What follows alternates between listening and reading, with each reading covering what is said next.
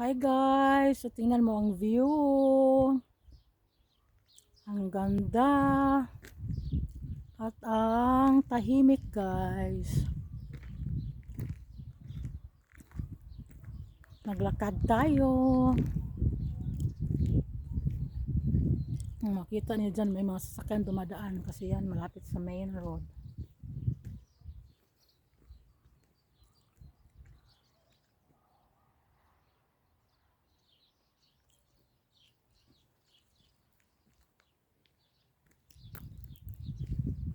O, tingnan mo guys, may mga haze dito kasi nga may farm dito. So, parang livestock nila.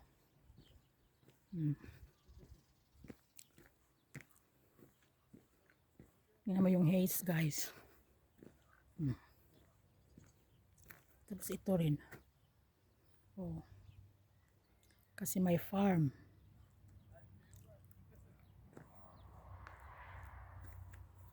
So ito ang makikita nyo guys. Nandito kami sa bahay ng kaibigan ko. Tapos para may ma-upload tayo, so lumabas. Tapos yun. Pakita ko sa inyo yung view.